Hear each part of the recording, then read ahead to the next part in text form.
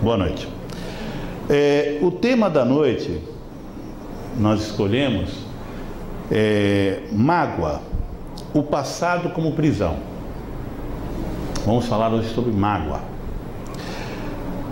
No Livro dos Espíritos, pergunta 886, Kardec propõe a seguinte questão: qual o verdadeiro sentido da palavra caridade como a entendida ou como a entendia Jesus?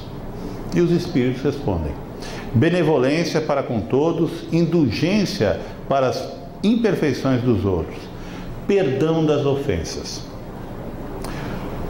Como é difícil perdoar, não? Como é difícil perdoar e como é difícil a gente se livrar de mágoas. A palavra mágoa, ela tem origem no latim mácula, que é traduzido como mancha, né? Marca. Representa um sentimento de desgosto, um pesar, uma sensação de amargura, tristeza, ressentimento. Mas o que será a mágoa? Como será que ela nasce? Por que ela se mantém durante tanto tempo, né? Uma coisa parecida com a mágoa é a raiva, né? A gente costuma dizer, inclusive, que espírita não tem raiva, ele se magoa, né? Ah, eu não tenho raiva de ninguém, fiquei magoado, né? Magoou, né? Enfim, qual a diferença entre mágoa e raiva? Vocês sabem? Ou melhor, vocês já experimentaram as duas coisas, né? Todo mundo experimentou, né? A raiva é aquela emoção, né, que vem assim forte e a gente reage. E às vezes reage de maneira desmedida, né? Tanto que depois que a gente faz, né, quebra o barraco todo, xinga o outro, senta o braço, né? Ou fala aquele monte, aí ele fala assim, né, para nós mesmo, não era para tanto, né? E aí ele chega para o outro e pede desculpa, né? Quando pede, né? Mas enfim, a raiva tem essa característica. Uma vez que ela é vivenciada, ela se transmite, ou melhor, ela resulta numa ação imediata e muitas vezes impensada, né? Com uma reação, não uma ação. Pois bem, já a mágoa parece que é uma coisa que fica curtindo, né? A mágoa, ela fica onde? Se a raiva eu coloco para fora, a mágoa fica onde? Dentro da gente, né? Eu costumo dizer que a mágoa era uma mistura de raiva com tristeza. Só que não é qualquer tristeza, é uma tristeza relacionada a mim mesmo, uma autopiedade. Então a gente pode dizer que mágoa, pelo menos no meu entendimento, né, seria a junção de duas emoções, raiva e autopiedade. É claro que tanto uma coisa como a outra, a raiva e a mágoa, tem como raiz fundamental o orgulho. Por que aconteceu comigo? Justamente comigo, né? Eu não merecia. É complicado a gente falar não merecia quando a gente tem uma ideia espírita, espiritualista norteando as nossas vidas, né? Porque imaginar que nós somos inocentes em alguma coisa, que nós estamos sofrendo injustamente, é fugir um pouco da razão que advém da ideia espírita. Pois bem, o problema é que a mágoa nos faz ficar prisioneiros do passado. É como se eu, de repente, me relacionasse com fotografias. Eu bati uma foto daquela situação de prejuízo a mim, aquilo que fizeram contra mim, bati aquela foto e passo a conviver, não com as pessoas daquela situação, mas com aquela fotografia. E isso, ao longo do tempo, eu vou relendo histórias tristes e muito sofrimento meu, em vez de ler novas histórias, ou melhor ainda, em vez de escrever novas histórias. É como se eu quisesse, é uma espécie de vale a pena ver de novo, só que com muito sofrimento, né? Geralmente as mágoas, aquelas que nós lembramos, elas remontam, grande parte delas, ao nosso período de infância.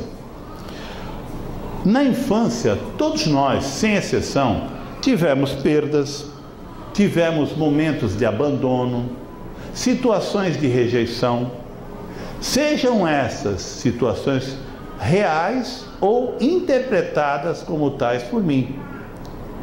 Todo mundo sabe que não é fácil educar um filho, a manutenção do próprio lar, e muitas vezes os pais se afastam de casa porque tem que trabalhar, né? Ou não conseguem dar a atenção devida porque estão muito envolvidos nos sofrimentos, nas dúvidas, nas dificuldades do dia a dia. E deixando-se levar por esses sentimentos, às vezes não conseguem dar ao filho aquilo que o filho espera, né? É óbvio que nós todos, quando lembramos do nosso passado e lembramos dessas ausências, desses sofrimentos gerados muitas vezes, na maioria das vezes, inconscientemente pelos nossos pais, nós olhamos e pensamos assim: poxa, mas no final das contas, meu pai e minha mãe tiveram uma vida muito dura, né? Hoje eu compreendo isso, mas hoje, quando também sou pai, quando também sou mãe, e aí consigo perceber, interpretar a situação com olhos mais maduros, mas não... Eu pensei, de repente é um protetor espiritual passando por trás, né? Então, mas não com os olhos de uma criança. Uma criança não entende quando o pai diz que tem que trabalhar, justamente naquele dia ensolarado que ele acha perfeito para brincar de pipa. Uma filha não entende por que a mãe não está feliz porque ela está feliz e a mãe está chorando. Sabe-se lá qual o motivo.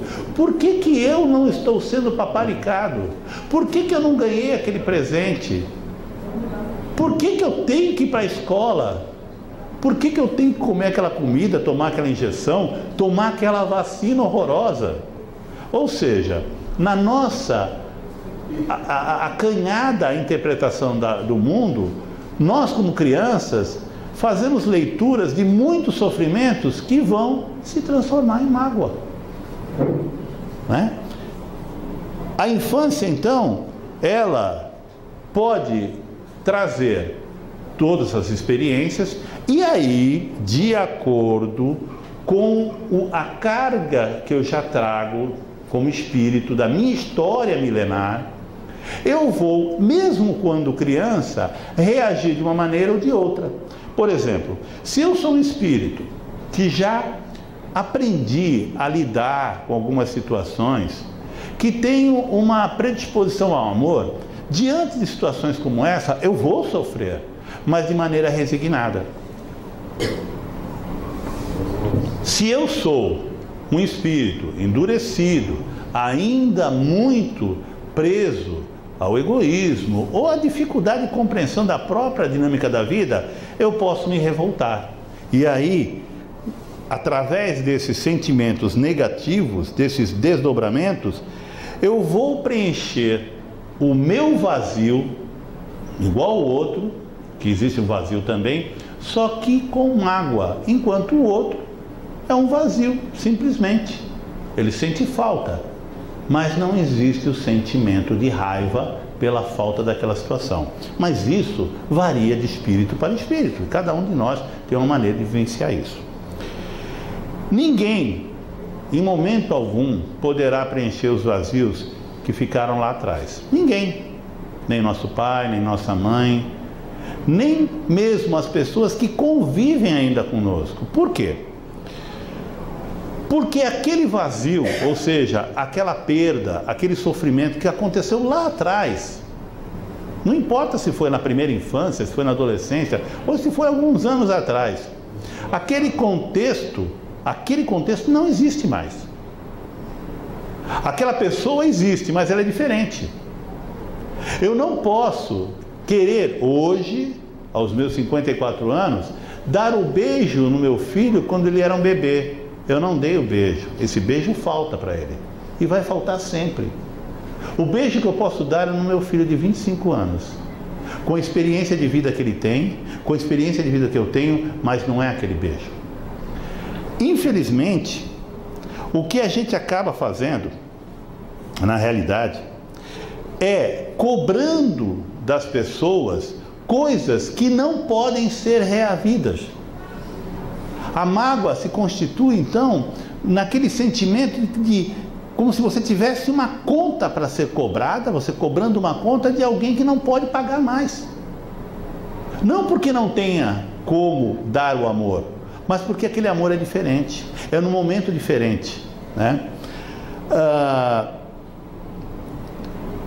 Ninguém, em momento algum, poderá substituir as faltas daquilo que nós não recebemos ou aquilo que foi tirado. Mas vamos procurar entender, mais do que filosoficamente, até para poder dar uma consistência maior até a argumentação da gente, o entendimento de como psicológica e fisiologicamente, ou seja, no funcionamento do meu corpo, como é que funciona essa questão da mágoa. Como é que ela me mantém refém, né, de sentimentos tão sofridos, de situações que me prendem realmente a um passado. Pois bem, o nosso sofrimento, ele é real. Todos nós trazemos sofrimentos do passado. Ele é real, ele faz parte da nossa vida, contamina a nossa maneira de viver em relação aos outros, em relação aos ambientes onde nós vivemos, em relação a nós mesmos. Então, por que será que, apesar de tanto sofrimento, nós continuamos a mantê-lo? A mágoa, a raiva, o rancor, o ressentimento. Por que será que nós continuamos mantendo todos os sentimentos e, além deles, que se refere ao passado, permitindo que esse sentimento de mágoa, ele nos contamine com o medo e a raiva daquilo que virá do futuro? Porque quando eu cultuo esses sentimentos de ressentimento, eu vejo o futuro de uma maneira tão negra quanto aquela que foi no passado, né? Nós fomos, durante muito tempo, condicionados pela cultura, pela educação, até pelo compartilhar as experiências da vida, a imaginar que as coisas acontecem na nossa vida e que nós não temos nenhum controle. Somos vítima do destino. Na melhor das hipóteses, estou resgatando aquilo que eu aprontei, mas é como se eu não tivesse controle nenhum, como se a vida fosse sempre uma surpresa, onde eu não tenho a liberdade e o poder de alterar. É essa a sensação que muitas vezes a gente tem. Então nós somos condicionados também a crer mais numa realidade externa, ou seja, que o que é real é aquilo que está fora de mim, do que numa realidade interna. Só que a ciência moderna, ela tem comprovado que o que existe é justamente o contrário. O que é real é o que é interno. E o que é interno condiciona a minha maneira de, não de só ver, mas de viver. E, portanto, eu acabo provocando, a partir dos acontecimentos internos, dos meus sentimentos, dos meus pensamentos, eu acabo contaminando e criando os acontecimentos externos. Como é que a gente comprova isso? Como é que a ciência comprova? A partir de um equipamento chamado PET Scan, que é um equipamento que é capaz de realizar tomografias, né, por emissão de posítrons, eles fizeram um seguinte teste.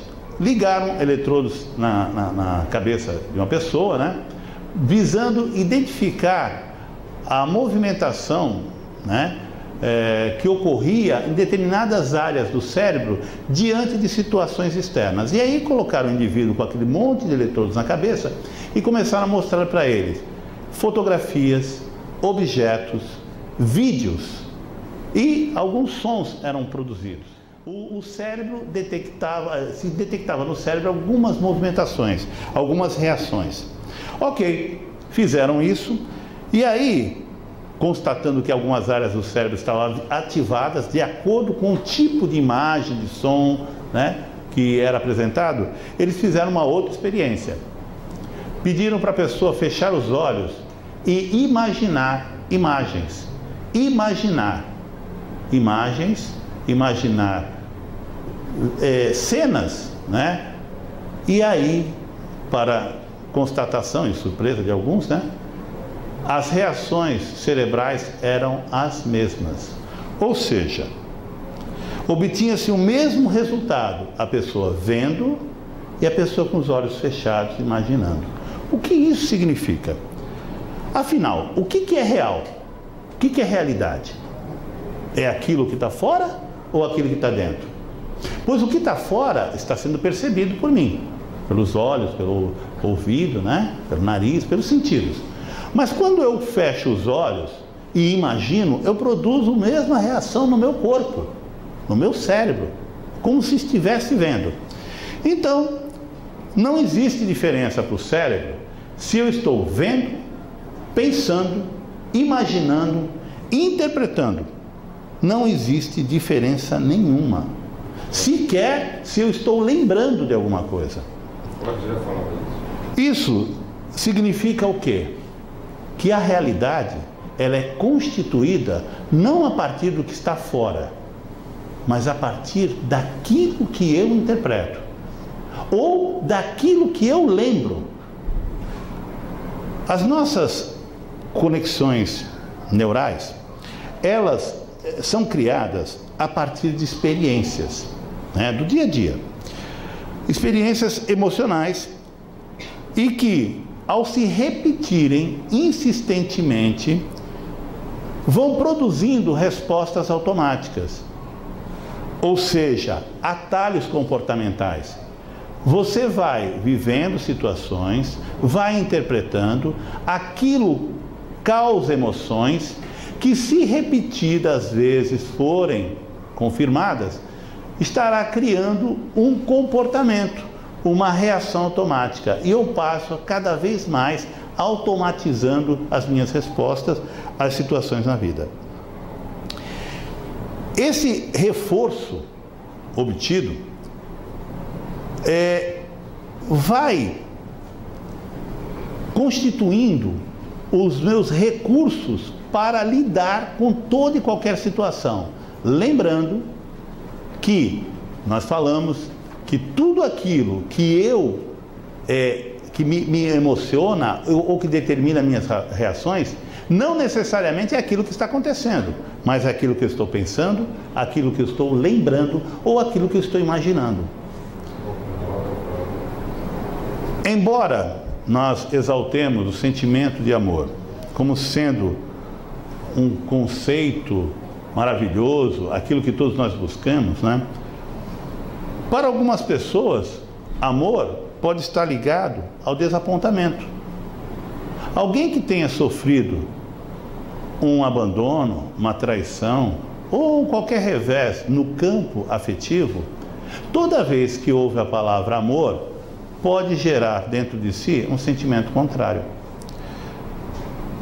Quando pensam em amor, a memória do fato, da dor, a lembrança, acaba trazendo como resultado um sentimento em relação não àquela pessoa específica que foi o protagonista da situação, mas em relação a toda e qualquer pessoa. A gente então se magoa com mas impedimos de renovar o nosso sentimento com qualquer outro por conta dessa referência. Veja só, toda emoção, ela vem da química. Olha só, nós estamos falando do ponto de vista fisiológico, neurológico, que não podemos esquecer, todo esse aparato físico, imprescindível para a nossa relação com esse mundo objetivo, ele vem do nosso espírito, ou seja, isto aqui simplesmente é uma efetivação material, uma materialização daquilo que eu sou como espírito. Mas esse equipamento, ele produz uma série de reações químicas, físicas, e a emoção, ela vem de uma química que surge a partir das imagens gravadas, a partir das nossas experiências anteriores, tudo aquilo que nós vivemos. Ou seja, daquilo que nós interpretamos das situações que vivemos. E isso pode gerar o que nós chamamos de vícios emocionais. O que é um vício? Vício geralmente é tudo aquilo que eu uso para obter prazer ou a satisfação, uma resposta satisfatória, mas que não dura muito tempo. Um vício emocional, ele tem a mesma função. Ele me dá a resposta que eu me acostumei, me habituei e assumi comodamente como sendo um padrão comportamental diante de toda e qualquer situação, independente dela ser uma nova situação, porque eu já firmei lá atrás a referência. Mas vamos falar um pouquinho da infância.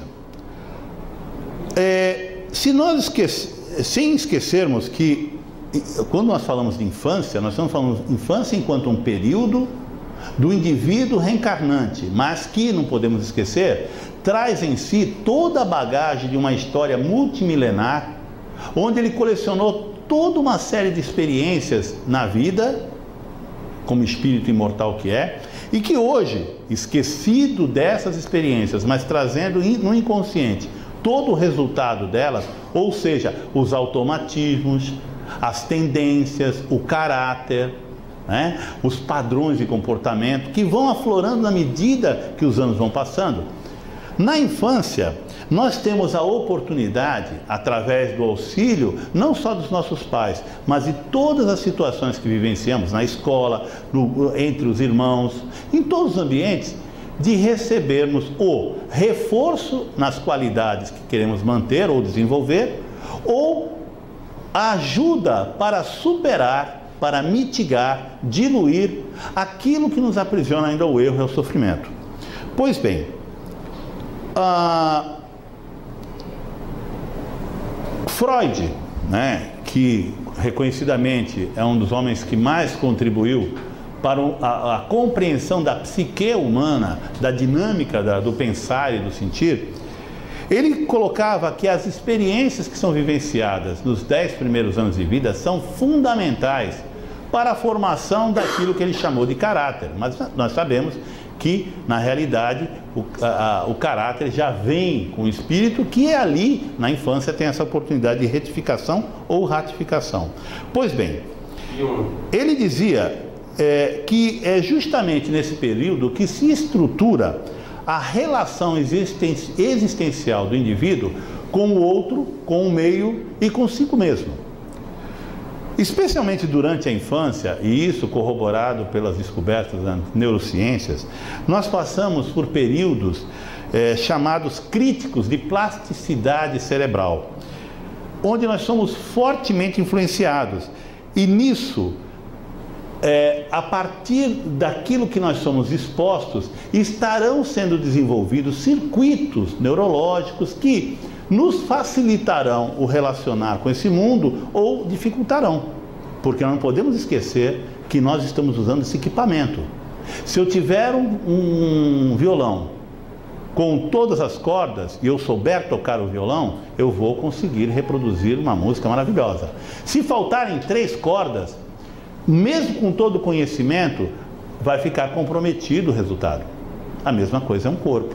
Um corpo que foi treinado pelas situações que ele vivenciou na primeira infância. Imaginemos o seguinte, que o nosso cérebro ele tem várias partes, mas vamos dividi-lo em 2 partes primordiais, principais, né, vamos dizer assim. Uma parte é chamada de sistema límbico, que se a gente pegasse o cérebro, é aquela parte mais embaixo. Esse sistema límbico também é conhecido como cérebro emocional. A parte superior, que é aquela que a gente fala que esse é o cérebro, que é aquela massa cinzenta, né? Que parece um monte de nhoque grudadinho, né? Desculpe a figura, mas aquela parte é chamada de neocórtex. Essas 2 partes, a parte do cérebro chamado cérebro emocional, que é o sistema límbico, e o neocórtex, também conhecido como o cérebro racional, eles se desenvolvem em momentos separados, diferentes. Na fase da infância, no começo da infância, o que se atua mesmo, o que mais é usado pelo indivíduo, pela criança, é o sistema límbico, é o cérebro emocional. Criança não pensa, sente. E a fantasia é o terreno da criança, né? Se ele se vestir de Batman, ele é o Batman. Se ela se vestir de princesa, ela é princesa. Criança não finge, é sério, né? Por isso que tem tanta fratura aí, criança com roupa de super-homem pulando, né? E tanta princesinha que não quer dormir na hora certa, né? Porque ela é princesa, né? Enfim, geralmente nós os pais somos os sapos. Então, o que acontece? Nesse reino da fantasia, quem manda é o cérebro emocional. E a criança não tem nenhuma dificuldade de lidar com isso. Mas uma vez que o neocórtex, essa parte calosa de cima, está desenvolvida, ela começa a assumir hierarquicamente o comando do funcionamento do cérebro como um todo. E aí nós iniciamos então a nossa jornada rumo à vida adulta. É quando a menina já está se tornando mocinha, hoje mocinha com 6 anos de idade, né?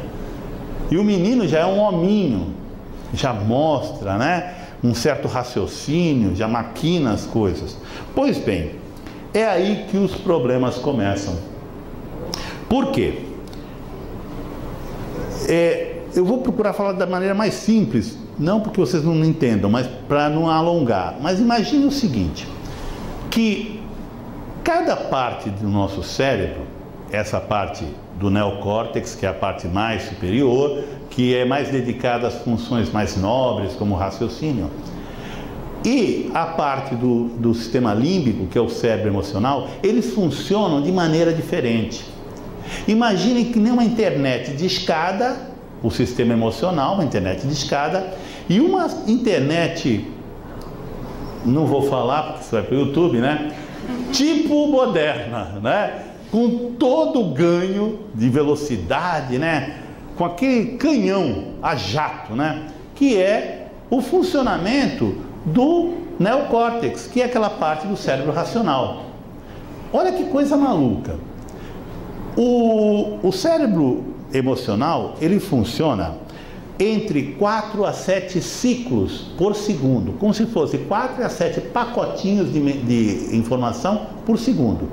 Já o neocórtex funciona a uma velocidade que varia de entre 15 a 18 pacotes por segundo. Então imagina, esses dois estão conversando para que possa resultar numa ação. A emoção devagarzinho e a razão lá em cima, no pico. O que acaba acontecendo? Como a razão, como o raciocínio lógico funciona mais rápido, ele acaba dominando a emoção. Pois bem, isto cria um descompasso. Enquanto está lá o nosso sistema emocional, o nosso cérebro emocional em ondas teta, de 4 a 7 ciclos, já o cérebro racional, o neocórtex, funcionando em ondas beta, de 15 a 18 ciclos. Esse descompasso entre as duas partes do nosso cérebro, emoção e razão, faz com que o adulto ele assuma o comando e nós percamos o contato com a nossa criança interior. O que resulta disso, gente? O adulto se sobrepõe à emoção, mas o adulto, essa falta de diálogo, ela provoca duas coisas, dois prejuízos. Como a minha parte racional adulta não conversa, não consegue conversar com a minha criança, a minha emoção, ficamos isolados um do outro. Eu, com as experiências de adulto, não atualizo as emoções. E as emoções continuam reagindo como se tivessem uma criança. Por outro lado, como as emoções não chegam no adulto, o adulto continua rígido, acatando ordens, seguindo modelos e sendo inflexível. Com o passar do tempo, essa distância vai aumentando. E aí ocorre uma coisa interessante. Neurologicamente, fecham-se as portas da mudança. Há como um congelamento dessas duas instâncias. E aí, emocionalmente, parado no tempo, eu não consigo dar respostas satisfatórias, seja num campo como no outro. Quando eu, racional, me vejo diante de uma situação inusitada, uma conta para pagar que eu não sabia, um não que eu recebo, uma bronca do meu chefe, eu, racional, eu não estou preparado para isso. Aí o que acontece? Eu sou fisgado pelo medo, pela raiva, pela mágoa e escorrego para onde? Para o emocional. E o emocional, ele é maduro? Não, ele está separado do adulto. Ele reage como uma criança. Alguém aqui já ouviu essa frase? Para de agir como criança, né? Chora como uma criança, grita como uma criança, esperneia como uma criança. Olha assim, fica todo magoadinho. Claro, porque é exatamente o que acontece. Pois bem, isso é tão grave, essa separação, que alguns de nós não conseguem se lembrar da infância. Sabe por quê? Porque justamente a área que envolve as emoções fica bem coladinha à área onde se processam as memórias. Ou seja, se o meu adulto não conversa com a minha criança, rejeita ela, coloca o pé na goela dela e não deixa ela falar, as memórias também ficam lá, com a mesma carga emocional que eu tinha quando criança. Aí tem que fazer terapia, né? Brincadeira, isso foi um lobbyzinho básico, né? Pois bem, o adulto, quando é pego de assalto, ele, não tendo respostas, ele se vê refém das emoções. E quem assume o controle é uma criança ferida, magoada, que se sente abandonada, injustiçada. E aí? Aí continua magoada, se sente magoada, injustiçada, porque não atualiza. Como é que a gente faz para resolver esse negócio? Eu tenho duas partes de mim separadas por uma distância enorme, inclusive por ciclagem, né? Por ondas. Os cientistas descobriram que tem uma maneira de botar os dois para conversar, que é construindo uma ponte, ou seja, fazer o meu cérebro funcionar. Nós estamos falando de cérebro, gente, mas não podemos esquecer que ele é a representação da mente, que é o espírito. Isso que a gente está falando dessa divisão ocorre no espírito, representado fisicamente pelo cérebro. Mas vejam só, se você tem um funcionando aqui, outro funcionando ali, para esses dois conversarem, você tem que construir uma ponte, certo? E a ponte eles descobriram, para fazer as ondas beta conversarem com as ondas teta, você tem que ter onda alfa. Vocês já ouviram falar a expressão? Pô, entrei em alfa. Quando alguém entra em alfa, geralmente faz aquela cara de zen, né? Zen problemas, zen trabalho, zen nada vai fazer, né? Então, quando a gente fala assim, entrei em alfa, geralmente é pessoal que faz yoga e tal, mas é por aí mesmo. Para você conseguir fazer com que o teu cérebro funcione em alfa, você faz meditação. Olha, vai todo mundo, a partir de semana que vem, ninguém vem aqui quarta-feira, vai todo mundo fazer meditação lá no yoga, né? Mas olha só, alguém aqui já fez experiência de meditação? Mesmo aquelas que tem lá na internet, né? Que mostra lá, faz isso e tal. O que acontece quando você medita? Você fica em paz, né? Como é que é a sensação de paz, o sentimento de paz, gente? Traduz para mim, como é que é sentir paz? Como é que é? É a sensação de alegria? É? Quando você está em paz, você está assim, ai, eu estou em paz, né? Que legal, estou em paz. Não. Paz é ausência de emoção. Você não sente alegria, entusiasmo. Isso é outra coisa. Paz é você estar diante do mundo, pensando, raciocinando, sentindo, mas sem ficar refém da emoção, do medo, da raiva, da euforia, da alegria. Não, estou em paz. Mas será que é só com a emoção que eu consigo colocar em comunicação o meu sentimento, a minha emoção com a razão? Será que eu preciso fazer realmente, entrar num curso de yoga? Tem uma outra maneira de se conseguir isso. A outra maneira é uma prece bem fervorosa. Quando a gente faz prece, a gente usa a cabeça. A gente pensa. A gente pensa no que a gente quer, no que a gente não quer. A gente dirige o nosso pensamento, nossa intenção e procuramos elevar também a nossa emoção positivamente. E aí, quando eu faço uma prece, qual o resultado que vem? Paz, alfa, sentimento e pensamento conversando. Meu sistema límbico e meu neocórtex está ali, plenos. Eu sou 100% de mim mesmo. Tem outra maneira? Tem uma maneira bastante prática. Porque às vezes a gente não consegue fazer prece. Então eu vou ensinar um truquezinho que eu ensino lá no consultório, né? E para derrubar, inclusive, laboratório de farmacêutico. Você está ansioso, você está depressivo, calma, antes de colocar um comprimido na boca, você vai colocar, você vai tomar um comprimidinho. Mas primeiro você vai fazer uma experiência. A experiência se chama 444. O 444 é assim: você pega, respira, imaginando um placarzinho na tua frente, de preferência com os olhos fechados.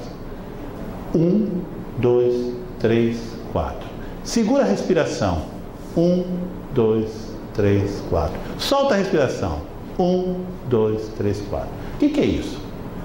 Eu foco a atenção em mim, na minha respiração. Seguro. Solto. Se eu fizer isso 1 minuto, 1 minuto, não é 1 hora, 1 minuto, eu entro em alfa. Eu tenho uma boa chance de entrar em alfa, a não ser que seja muito agitado.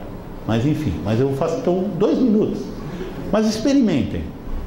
Isso é simplesmente você usar o seu corpo, focar em você e só pensar no aqui e agora, porque você só respira no aqui e agora, e você simplesmente equilibra as tuas ondas e você fica em paz. Mas tem uma quarta maneira muito mais eficiente ainda que isso. Aí vai requerer um pouquinho mais. É você, apesar do comprimido que você tomou, apesar do exercício de meditação que você fez, que baixou lá na internet, apesar da respiração que você fez, você decidir, nesse momento que você conseguiu essa paz, a fazer uma reflexão sobre a própria vida. Abrir mão de tudo aquilo que você acha que te levaram ou que não te deram. Abrir mão do vazio. Ou melhor, preencher o vazio com você mesmo. Eu vou propor agora, para encerrar, um exercício muito simples. Muita gente foge dele, né, porque acha que vai pagar um mico. Muitos aqui já pagaram esse mico, né? Vejam que quem está sendo filmado sou eu. Vocês não. Ninguém vai aparecer pagando mico, só eu. Eu vou pedir para vocês, até mesmo se vocês quiserem me enganar, me engane que eu gosto. Vocês vão fechar os olhos, não vão fazer nada do que eu vou falar, eu sei que muita gente vai resistir. Mas experimentem, deem-se essa oportunidade. É um exercíciozinho muito simples, mas que quem se permitir, eu prometo, vai sentir uma emoção muito legal. Pois bem, esse exercício, ele visa curar mágoas. E pode curar mesmo, né? Eu não sou milagreiro, vocês é que são. Eu vou pedir que vocês se permitam fechar os olhos. Melhor, não, deixa acesa mesmo, não tem problema. Pode fechar os olhos com a luz acesa. Fechem os olhos, se permitam. Mesmo que vocês não queiram fazer, fiquem os olhos fechados, assim eu penso que todo mundo está fazendo. Fico aí, sai daqui contente, né? Olha só, fechem os olhos e procurem imaginar um local muito tranquilo. Eu vou desenhar esse local para vocês, até para facilitar. Imagine que é um local que tem uma grama verde, vicejosa, uma grama até cheirosa, um gramado extenso e com árvores espalhadas. É tarde, mais ou menos 5 da tarde, aquele sol se pondo, aquele clima gostoso, não está calor nem frio, uma brisa suave passa por vocês.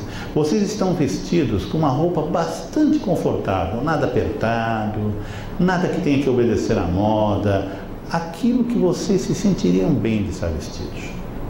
E vocês estão vendo ao fundo um riacho borbulhante, com aquele som quase que hipnótico das águas passando. Nesse momento, vocês observam que à frente de vocês, mais ou menos a uns 5, 10 metros de distância, tem uma criança de costas para vocês. E vocês entendem nesse momento que essa criança é vocês mesmos, só que com 5 anos de idade. E essa criança está brincando, sorrindo, brincando com seus joguinhos, com seus brinquedos, falando sozinha, rindo, e vocês ouvem até o riso dela.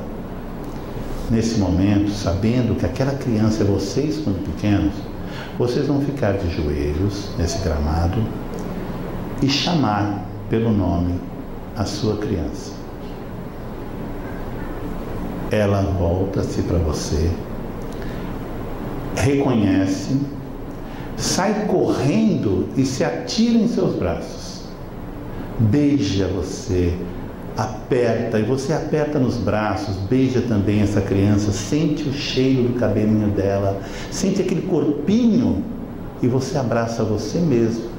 E nesse momento, a criança começa a falar que está com muito medo do futuro, que ela tem medo de ser magoada, que ela acha que vão feri-la, que ela acha que não vai conseguir realizar nada do que ela pretende. E você, nesse momento, olhando aquele rostinho meio triste, você abre um sorriso e fala para ela: eu nunca vou te abandonar. Eu sempre vou estar com você. Eu te protegerei de tudo. E nada do que te tirarem vai fazer falta, porque eu vou repor em todos os momentos da minha vida. A criança começa a sorrir e você fala mais. Você fala: você vai ficar comigo para sempre. Onde eu estiver, você estará comigo. E eu todo dia vou celebrar a tua existência dentro de mim. E nesse momento, vocês dois se abraçam muito forte e sorriem e riem. E nesse abraço forte, essa criança começa a dissolver-se, entrando em você. E de repente você sente 2 corações batendo. Um mais jovem, mais cheio de vida, que contamina o outro, não tão jovem assim. E aí, respirando bem profundamente, vocês olham para os céus e agradecem a Deus pelo tudo que vocês são e serão um dia. Podem abrir os olhos. Legal? Bom, então, só para finalizar, eu já falei isso aqui uma vez e vou voltar a repetir. É coisa de maluco, mas como eu sou psicólogo eu posso dizer, sou autorizado. Escolham uma foto de vocês quando vocês tinham 5, 6, 7 anos, não importa. Peguem essa foto, façam várias cópias, né? Coloquem essas fotos de vocês mesmos na carteira de vocês, no carro, na mesa, do lado da cama, sabe? Em vez de colocar lá a foto daquele ator, aquela atriz, coloca a foto sua, tá? Coloca no teu ambiente de trabalho, no espelho do banheiro, na porta da geladeira. E todas as vezes que você tiver dúvida do porquê você está aqui, se vale a pena viver, Para quem você tem que fazer valer a pena essa vida, olhem para a foto. Essa é a missão de cada um de nós. Tornar essa criança livre do medo, da raiva e da mágoa. E nós conseguiremos isso. Obrigado.